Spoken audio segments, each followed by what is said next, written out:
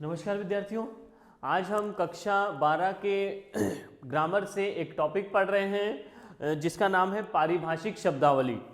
और इस वोकेबलरी में इन शब्दों में कुछ हमने पिछली क्लास में समझ लिए हैं।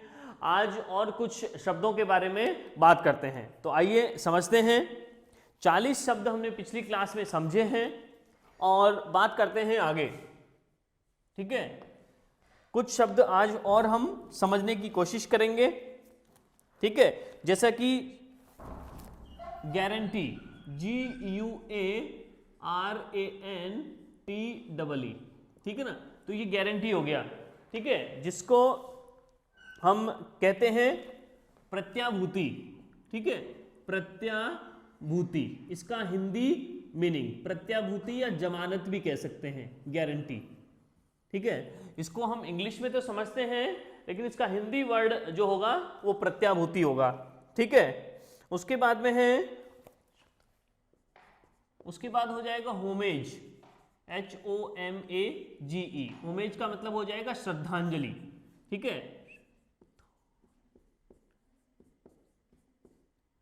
श्रद्धांजलि अर्पित करना, किसी को श्रद्धांजलि अर्पित करना। ठीक है,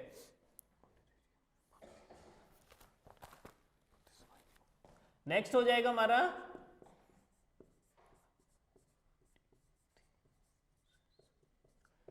जाएगा हमारा हाइपोथेसिस। हाइपोथेसिस का मतलब हो गया परिकल्पना, परिकल्पना। ठीक है ना, इमेजिन करना, कोई ऐसी बात को सोचना, तो वो हो जाएगा परिकल्पना करना। ठीक है, हाइपोथेसिस। उसके बाद में है इंपोज करना। इंपोज करने का मतलब हो जाएगा अधिरोपित करना, अधिरोपित। अधिरोपित का मतलब है किसी के गुणों को, किसी के दोषों को किसी के ऊपर लगाना, तो वो अधिरोपण हो गया। ठीक है, इसके बाद में है, उसके बाद में आ जाएगा इंसिडेंटल। इंसिडेंटल, इंसिडेंटल का मतलब हो जाएगा प्रासंगिक, आनुषंगिक भी कह सकते हैं, या इसको हम कह सकते हैं प्रासंगिक। प्रासंगिक का मतलब होता है रिलेवेंट। ठीक है ना, किसी चीज से संबंधित जो होता है वो रिलेवेंट या प्रासंगिक कहलाता है। ठीक है, फिर आ जाएगा हमारा इंक्रीमेंट। इंक्रीमेंट, इंक्रीमेंट करना मतलब वेतन में वृद्धि करना, वेतन में वृद्धि। ठीक है, तो वो हो जाएगा हमारा इंक्रीमेंट। ठीक है, नेक्स्ट है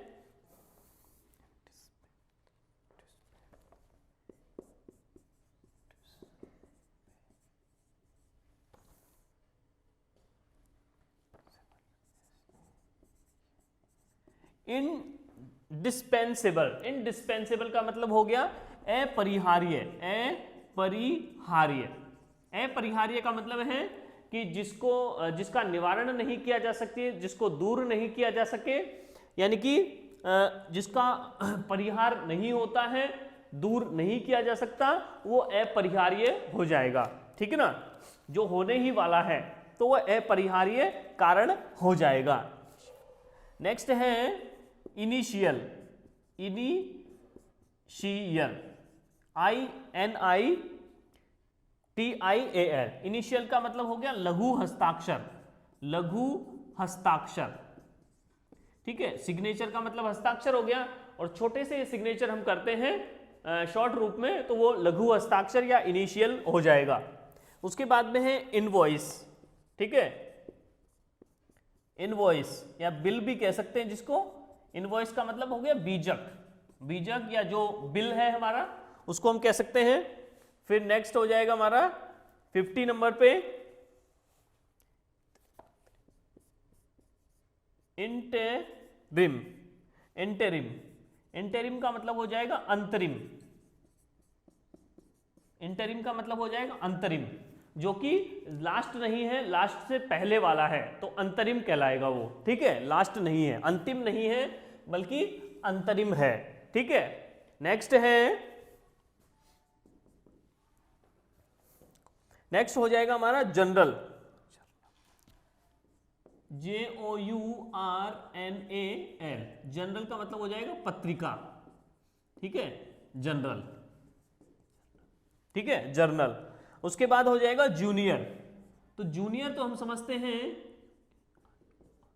लेकिन इसका हिंदी जो मीनिंग होगा वो कहलाएगा कनिष्ठ, ठीक है, और सीनियर का मतलब वरिष्ठ, ठीक है, कनिष्ठ और वरिष्ठ, इस प्रकार से। इसके बाद में LABOURWELFARE,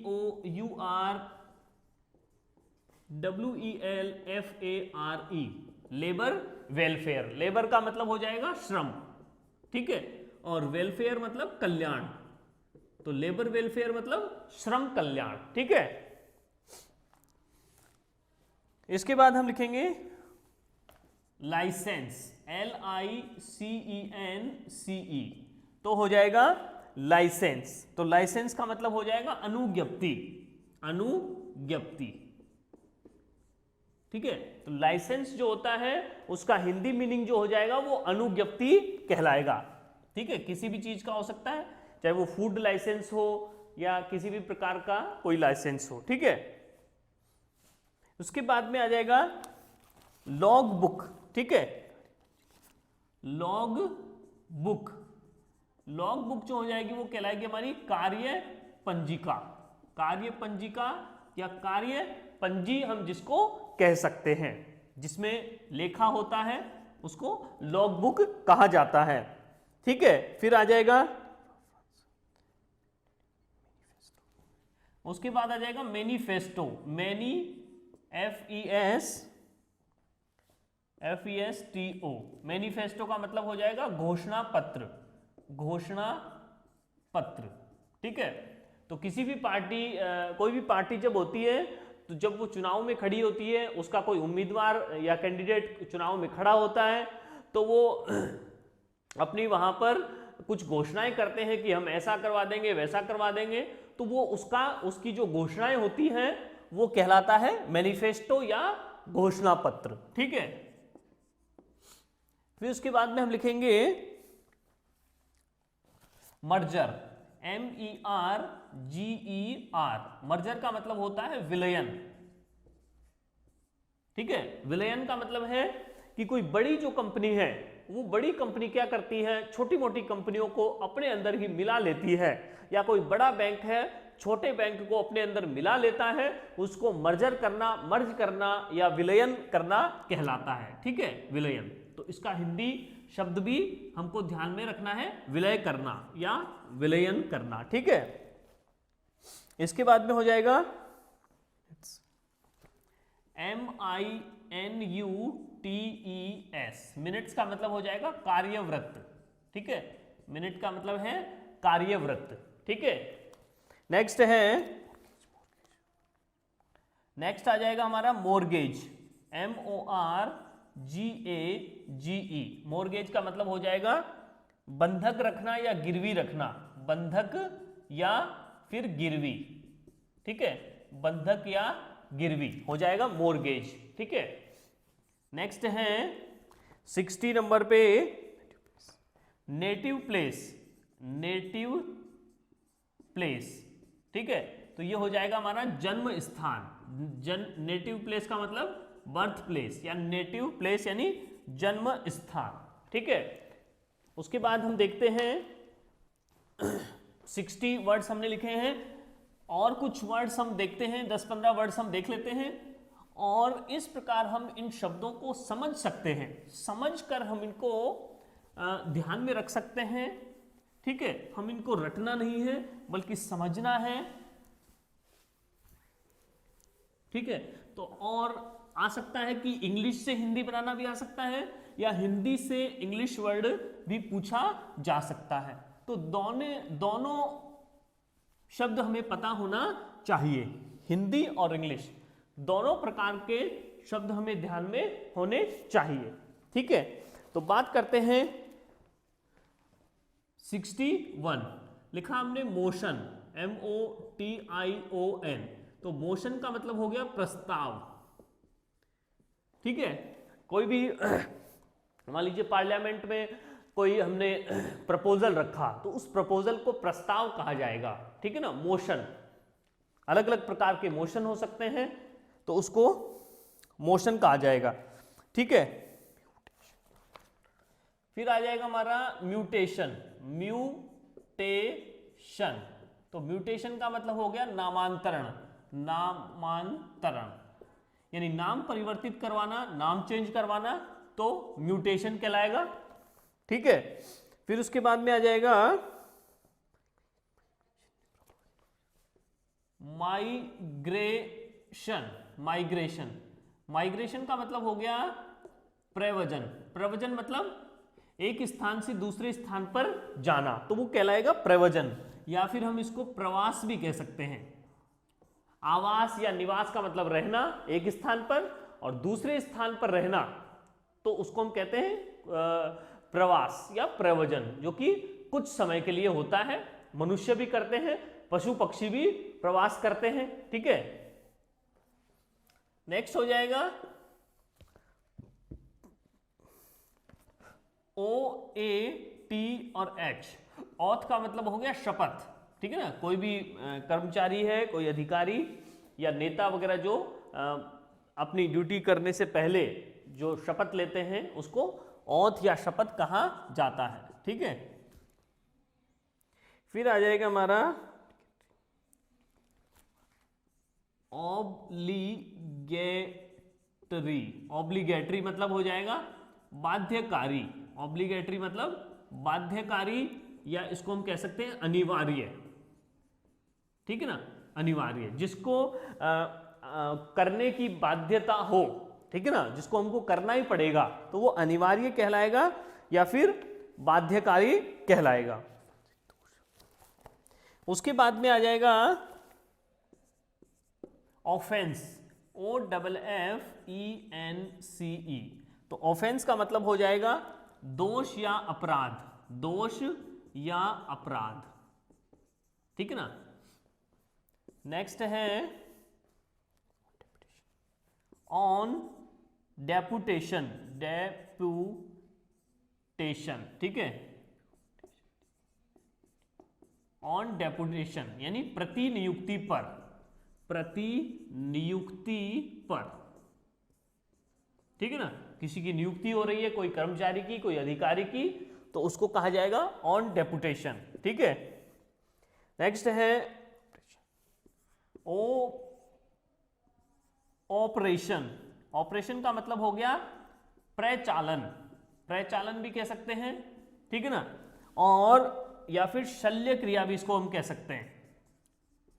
शल्य क्रिया मतलब चीरफाड़। तो ऑपरेशन का मतलब क्या है? ऑपरेशन का मतलब जो चीरफाड़ होती है मनुष्य के शरीर की, जो हॉस्पिटल में होती है, तो वो ऑपरेशन उसको भी कहा जाता है। और किसी प्रकार का जो काम हो रहा है, ठीक है ना, उसे भी ऑपरेशन कहा जाता है। तो ऑपरेशन जो है वो बैंक वगैरह में भी हो सकता है, बैंक में लिखा होता है ऑपरेशन, ठीक है ना। तो कोई काम ऑपरेट किया जा रहा है, प्रचालन हो रहा है, संचालन हो रहा है, तो वो ऑपरेशन कहलाएगा, क्योंकि काम ऑपरेट किया जा रहा है किसी के द्वारा, तो वो ऑपरेशन कहलाएगा, ठीक है। नेक्स्ट है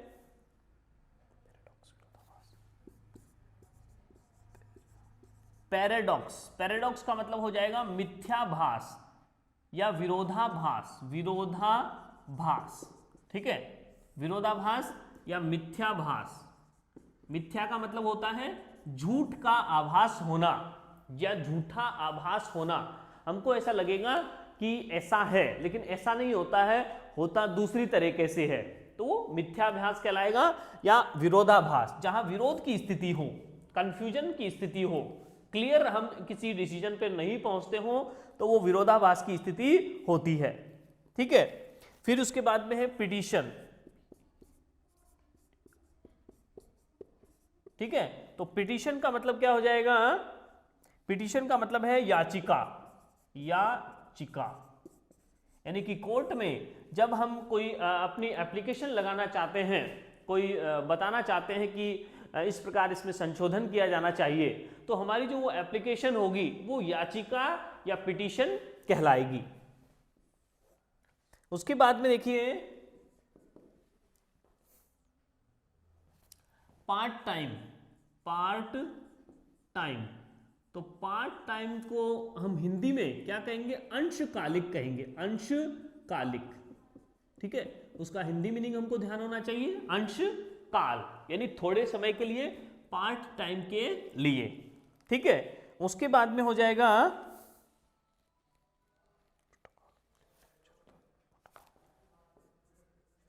प्रोटोकॉल। ठीक है, तो प्रोटोकॉल तो हम समझ, नाम सुना ही है प्रोटोकॉल। ठीक है, तो उसको हम क्या कह देंगे? उसका हिंदी जो वर्ड होगा उसको हम कहेंगे आदिलेख। आदिलेख कह सकते हैं या नयाचार कह सकते हैं। ठीक है, आदिलेख या नयाचार। ठीक है ना। प्रोटोकॉल का मतलब हो गया एक विशेष प्रकार की सीमा होगी हमारे सामने। ठीक है ना, एक बॉर्डर होगा जिसको हम क्रॉस नहीं कर सकते हैं, है ना। हमारे सामने कुछ नियम होंगे जिसको हम तोड़ नहीं सकते हैं, तो वो प्रोटोकॉल कहलाएगा। ठीक है, नेक्स्ट हो जाएगा पोर्टफोलियो। पोर्टफोलियो का मतलब हो जाएगा समविभाग। पोर्टफोलियो का मतलब है समविभाग, यानी विभाग के भी, जो डिपार्टमेंट की से भी जो छोटे सेक्शन है उसको समविभाग कहा जाएगा, तो पोर्टफोलियो कहा जाएगा। ठीक है, प्रोबेशन। प्रोबेशन का मतलब हो गया परिवीक्षा।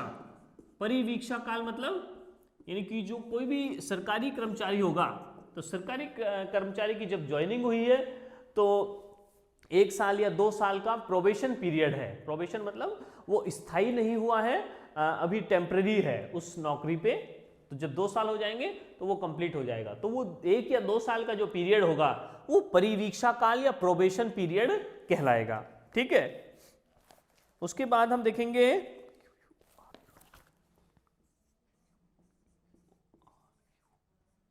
कोरम। कोरम का मतलब हो जाएगा गणपूर्ति। कोरम का मतलब है गणपूर्ति। कोई भी जो मीटिंग है, कोई भी सभा है, उस सभा में कोई कानून बनाने के लिए हमको क्या चाहिए? कुछ लोगों का बहुमत चाहिए। कहीं बहुमत हो सकता है 10%, 20%, अलग अलग। तो बहुमत जब पूरा हो जाता है तब उस कानून को पास किया जाता है, पारित मान लिया जाता है। ठीक है ना। तो वो जो एक फिक्स जो कोटा होता है, ये बहुमत का, मेजोरिटी का जो फिक्स कोटा होता है, उसको कोरम या गणपूर्ति कहा जाता है। ठीक है, नेक्स्ट हो जाएगा रैंडम।